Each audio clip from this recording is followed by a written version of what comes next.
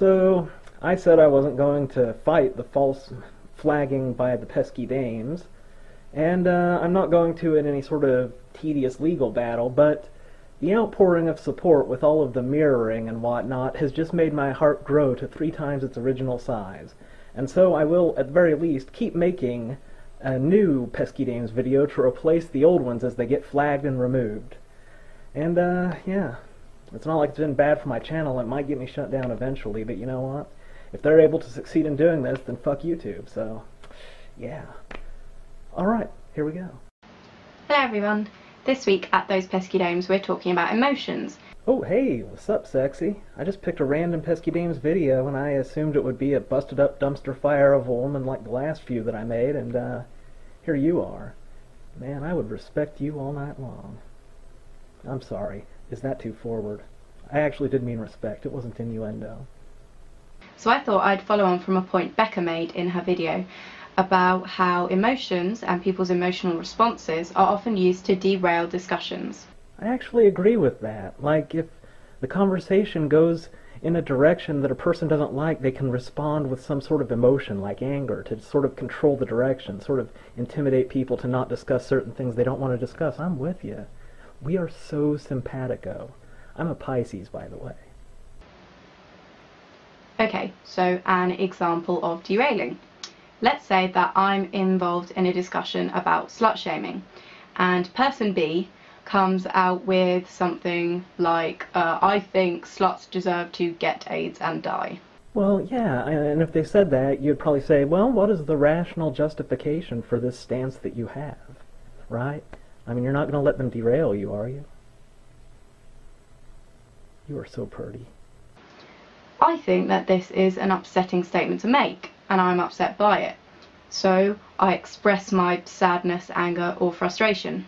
Listen, I don't want to jeopardize the date that we're going to inevitably go out on, but it sounds like you're the one derailing. I mean, I don't really see how your feelings are germane to the conversation. If you're having a conversation about something, shouldn't it be about facts, the relationship between different ideas, rather than your personal feelings about said ideas?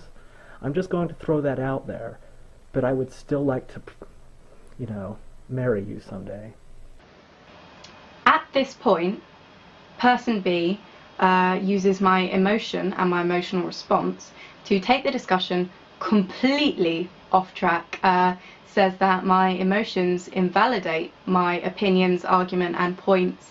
Well, if this particular ploy has been utilized against you a number of times, and what you just said would tend to imply that it has, shouldn't you see it coming, and, as the most obvious counter-strategy, not allow your emotions to possess you like a demon in The Exorcist? I'm starting to fall out of love with you, I'm going to be honest. And refuses to talk anymore about the really horrible and offensive thing that they said. In that case, shouldn't you also stop talking about that horrible thing that they just said? Because if they're not talking about it, and you're not talking about it, then you can continue on with the discussion, and no derailing has occurred. It really looks like you're the one derailing this here. I calls them like I sees them. This person has just derailed the conversation. Derailing often occurs when a person who faces criticism over their actions or their statements needs a quick way out of the discussion before they're forced to examine their own mistakes and behavior. Such as having your emotional reactions triggered time and again, like a Pavlovian response, and failing to learn that this is a strategy that is employed against you and come up with a counter-strategy, as if you have some sort of learning disability. Oh, wait, you're talking about the other guy. Okay, sorry. And it turns out that the easiest way for them to derail is to blame you for having an emotional response to the offensive thing they said. You know what would keep them from blaming you is if you didn't have one of those emotional responses. I mean, people say shit to me all the time and I don't have an emotional response, or more to the point, if I know that somebody is going to blame me for having an emotional response, because I'm not totally fucking retarded, I will control my emotional response. The only excuse for not being able to do this is if you're like Phineas Cage and you've had some brain trauma that prevents you from controlling your impulses. or you're a feminist.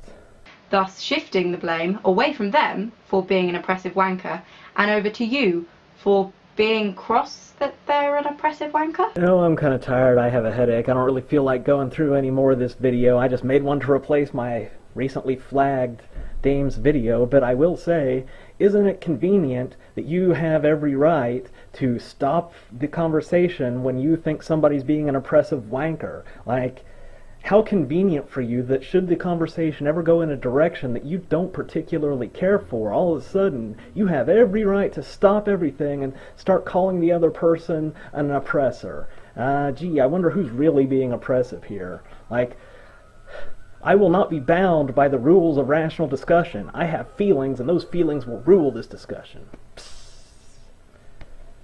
Have a nice day, and hey, I hope I wasn't too harsh, because, I mean, I really do think you're pretty. And, you know, maybe you could give me your phone number. We could talk. I'm sorry. TTFN.